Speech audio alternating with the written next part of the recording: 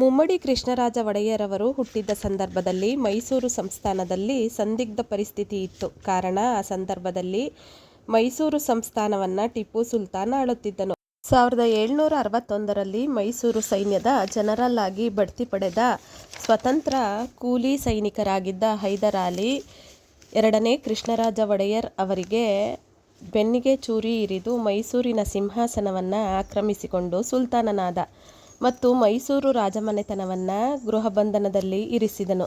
ಹೈದರಾಲಿಯ ನಂತರ ಅವನ ಮಗ ಟಿಪ್ಪು ಸುಲ್ತಾನ್ 17 ವರ್ಷಗಳ ಕಾಲ ಮೈಸೂರನ್ನು ಆಳಿದರು.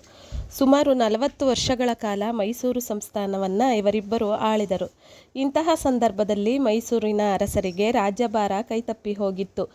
ಗೃಹಬಂಧನದಲ್ಲಿದ್ದ ರಾಜಕುಮಾರಿ ಲಕ್ಷ್ಮೀ ಅಮ್ಮಣ್ಣಿಯವರು ಆಡಳಿತವನ್ನು ಮೈಸೂರು ಸಂಸ್ಥಾನಕ್ಕೆ ಪಡೆಯಬೇಕೆಂದು ಮತ್ತು ಮೈಸೂರಿನ ಸಿಂಹಾಸನದ ಮೇಲೆ ಒಡೆಯರವರ ಸಂತಾನವನ್ನು ಕೂರಿಸಬೇಕೆಂಬ ನಿಶ್ಚಲ ಮನಸ್ಸು, ಧೈರ್ಯ, ಸಾಹಸ ಮತ್ತು ಆತ್ಮಸ್ಥೈರ್ಯದ ಫಲವಾಗಿ ಅಧಿಕಾರವನ್ನು ಮತ್ತೆ ಪಡೆದರು.